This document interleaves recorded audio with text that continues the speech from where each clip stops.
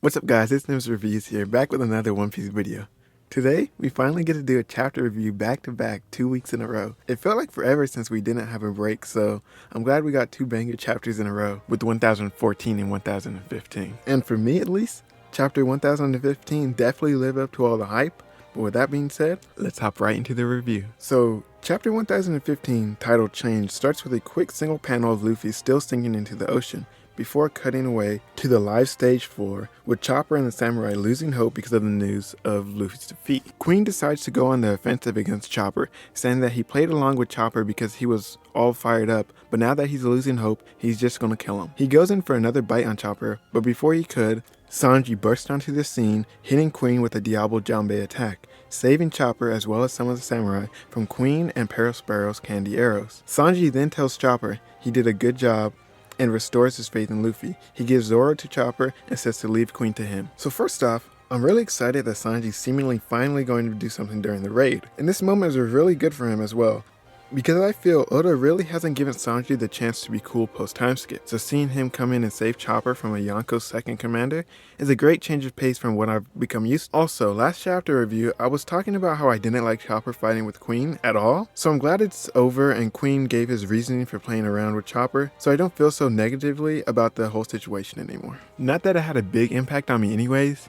I'm just glad the Queen kind of explained why he was even fooling around with Chopper and we didn't just blow past it as if Chopper was actually able to land and bite him at all. It was just Queen playing around because he thought it was fun since he was all fired up and thought they had a chance of winning. Also, I forgot to mention during the summary part of this chapter that we got to see Marco again, in a small little panel of just his face. He says he likes the Straw Hats because of them never losing faith in Luffy after Sanji reinvigorated Chopper's hope, but I bring this up because to me at least, it looks like Marco's really beat up. And a little later in the chapter, we see a panel of King, just his face as well, but to me, he doesn't look as beat up or even kind of harmed at all. So I'm wondering if they're still fighting each other, like if they're still dealing with each other.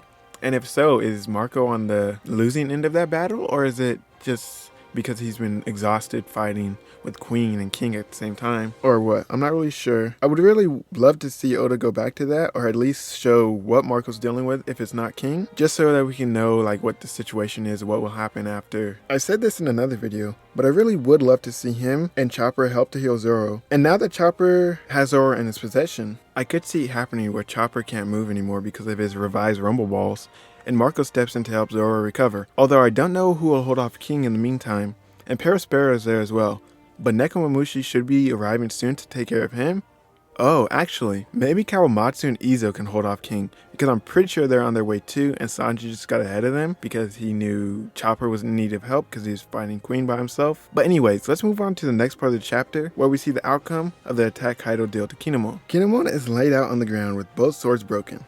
He wills himself to attempt to stall Kaido a little more to help save Momo, and we get a small flashback of Kinemon and Momo practicing to be father and son.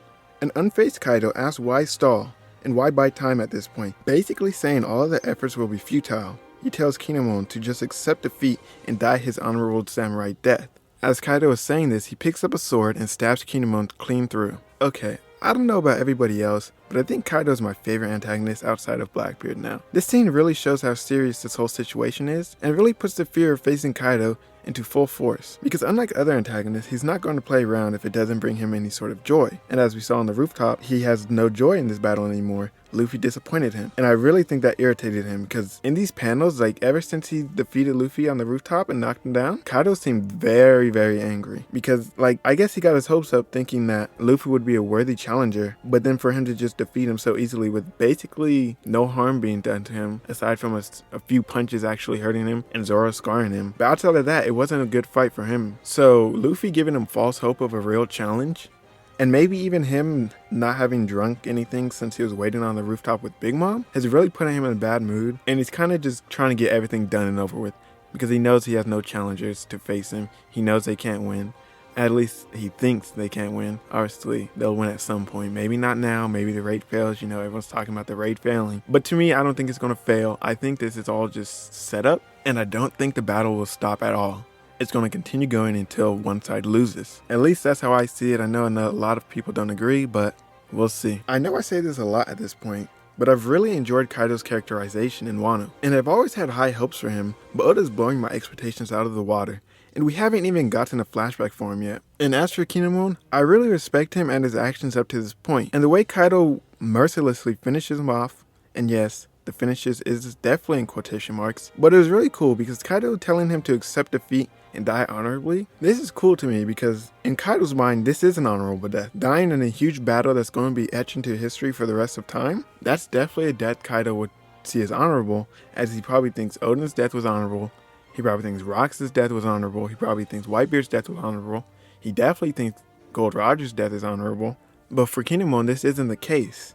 He hasn't freed Wano, he hasn't won, and he just has to rely on a bunch of other people to save his country. So for him, dying before he could see Wano saved and free from Kaido and Orochi's reign will bring him nothing but shame, and like he said on the rooftop before with Luffy, he'll have nothing but shame to meet Odin with. Also, Kaido telling him that it's not easy but he should accept defeat has really kind of sparked something in my mind about Kaido, and I have a small theory that connects to a larger theory I have about Kaido that I plan on making a video on really soon.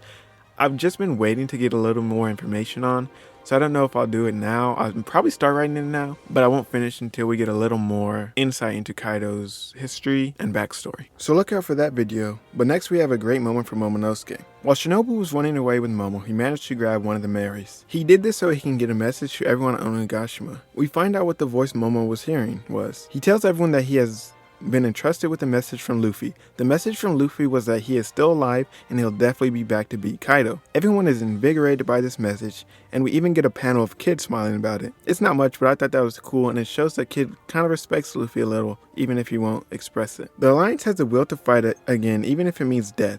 We cut back to Kaido, Shinobu, and Momo, and Kaido asks Momo, addressing him as the son of Odin. He asked if he was satisfied.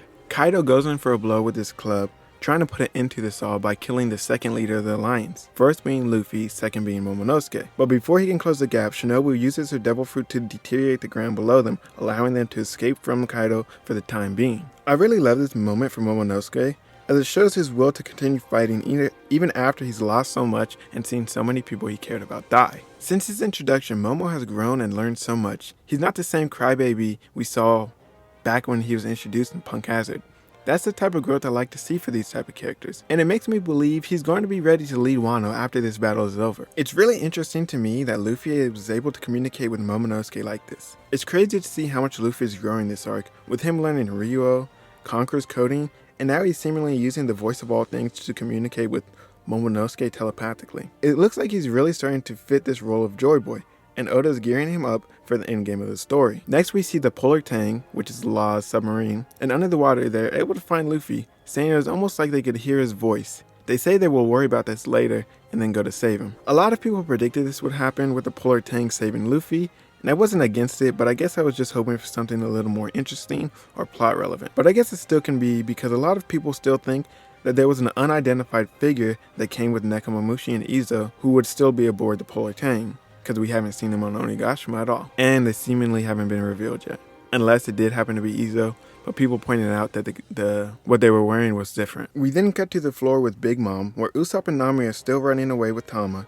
and Kid is still facing off against Big Mom. And now Law finally shows up, telling Big Mom that he's learned to never say never when it comes to Luffy, because she was saying that that's a nice bluff and that it was over as soon as Luffy fell into the water. Kid and Law banter a little before Law says that they should play nice for now. We haven't seen much yet, but I'm glad to see Kid doesn't seem to be being dominated by Big Mom in the same way that Kaido was dominating Luffy. Because for me, it puts a bigger gap between Big Mom and Kaido in terms of raw battle power, and it also closes the gap between Kid and Luffy a little more. I still believe Luffy is clearly above Kid right now.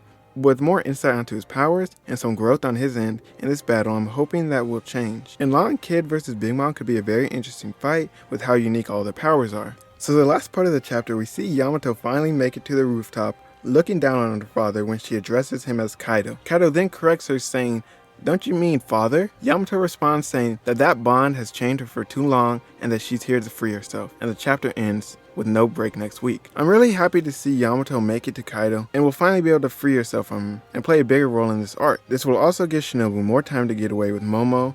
I'm really hoping to see Yamato's power revealed soon, but maybe not before the act ends. This chapter was really good yet again, and I can see that Oda is setting up all the pieces for the final battle. At this point, we are just waiting to see what will happen with Luffy and Momo, and we're waiting for Zoro's 1v1 to be set up. And once that happens, I'm expecting to get to the end of the arc. Not the arc, but the act. But anyways guys, I'd love to hear what your thoughts on the chapter are in the comment section below. And don't forget to subscribe and like if you enjoyed the video. But until next time, later.